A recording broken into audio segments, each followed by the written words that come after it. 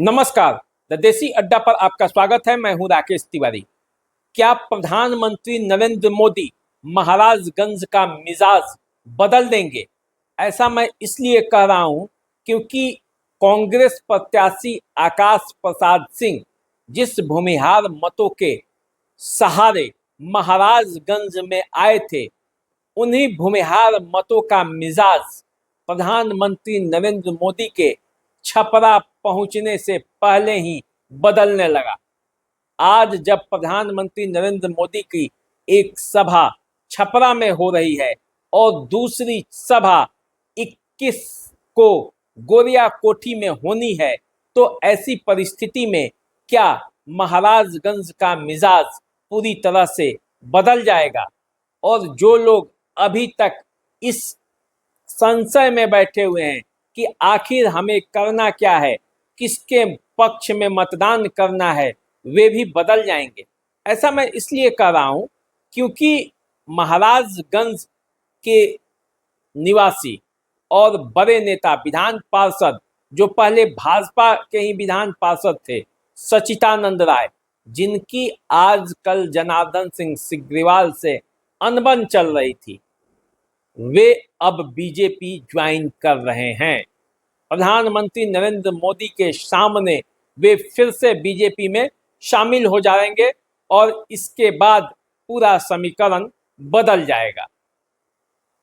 प्रधानमंत्री नरेंद्र मोदी के महाराजगंज पहुंचने से पहले ही ये जो भूमिहार के एक बड़े नेता ने मिजाज बदला है, उससे ऐसा लग रहा है कि क्या जब 21 तारीख को गोरिया कोठी में प्रधानमंत्री नरेंद्र मोदी की सभा होगी, तो क्या भूमिहारों का मत जो है, वो मिजाज जो है वो बदलेगा?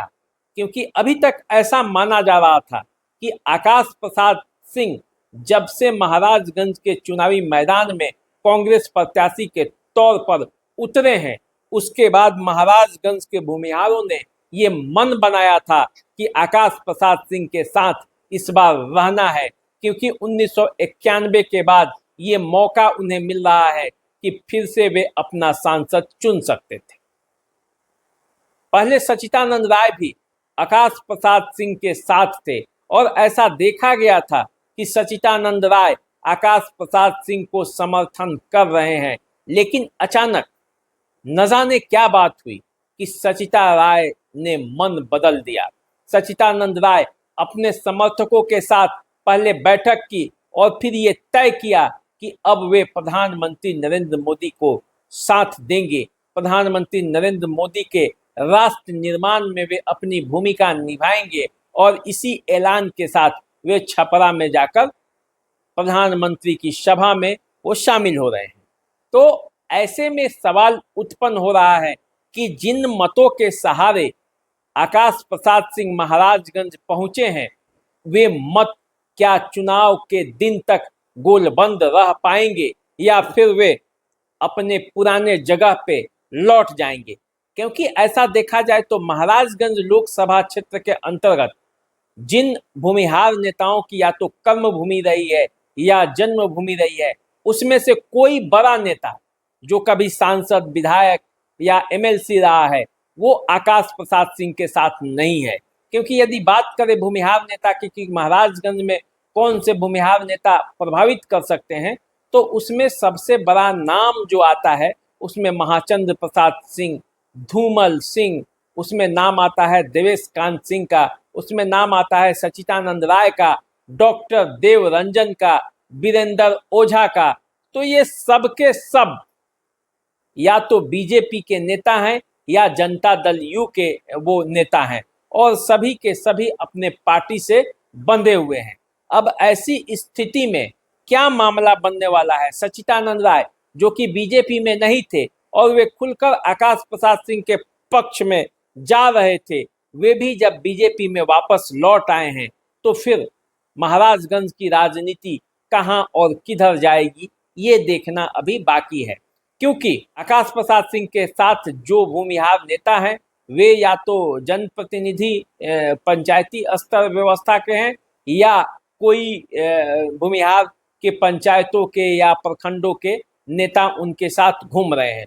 तो ऐसी स्थिति में क्या जो जनता है, जो वोटर है, वही आकाश प्रसाद सिंह को इस बार चुनावी बैतरनी में पार लगाएगी? क्या वही भूमिहार वोटर जो हैं उनके साथ जुड़ जाएंगे, या फिर नेताओं का भी कुछ वर्चस्व चलेगा? ये तो आने वाले समय में पता चलेगा। लेकिन प्रधानमंत्री नरेंद्र मोदी के आने से पहले ही जिस तरह से बड़े नेताओं का मिजाज बदल रहा है, उससे देखकर ऐसा लगता है कि महाराजगंज का चुनावी समीकरण जो है वो अब बदलने लगा है।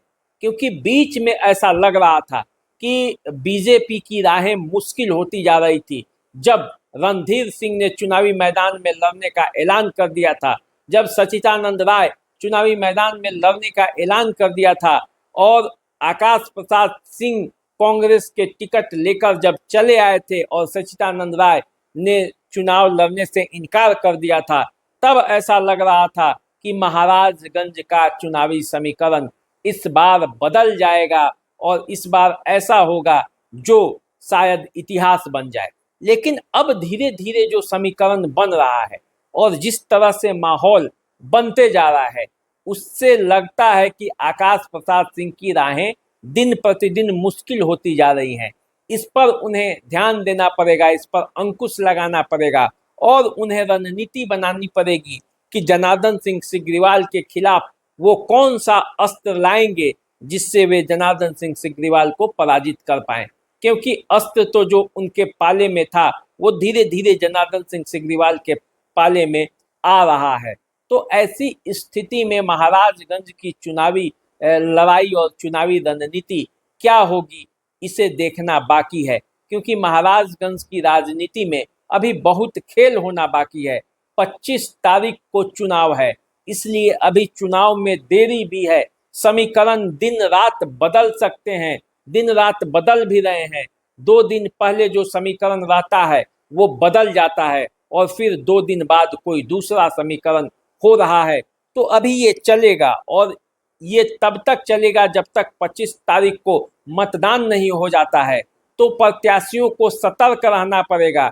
जो प्रत्याशी अंतिम दम तक डटे रहेंगे और मतदाताओं को ये विश्वास दिलाने में सफल रहेंगे कि वो ही जीत रहे हैं, तो उनके पक्ष में अंतिम समय में मतदाता गोलबंद हो सकते हैं और तब महाराजगंज का समीकरण कुछ और हो सकता है। वरना महाराजगंज में लड़ाई जो है वो जो पहले 14 में थी, जो 19 में थी, उसी रास्ते पर धीरे धीरे चली न जाए, यही बात हो रही है।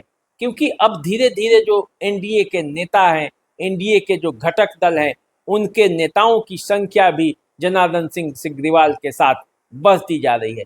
तो चलिए महाराजगंज की राजनीति में क्या होता है, महाराजगंज की राजनीति कौन सा नया मोड़ लेता है, ये देखना बाकी है। तो जब 25 तारीख को मतदान होंगे, उसके पहले क्या क्या परिवर्तन होता है, इस बात को भी बताने के लिए मैं आपके पास आऊँगा। लेकिन फिलहाल ये जान लीजिए कि 21 तारीख को गोरिया कोठी में प्रधानमंत्री नरेंद्र मोदी की सभा होने वाली है और जब ये सभा गोरिया कोठी में होगी तो राजनीति में उस दिन के बाद अमूलचूल परिवर्तन होगा।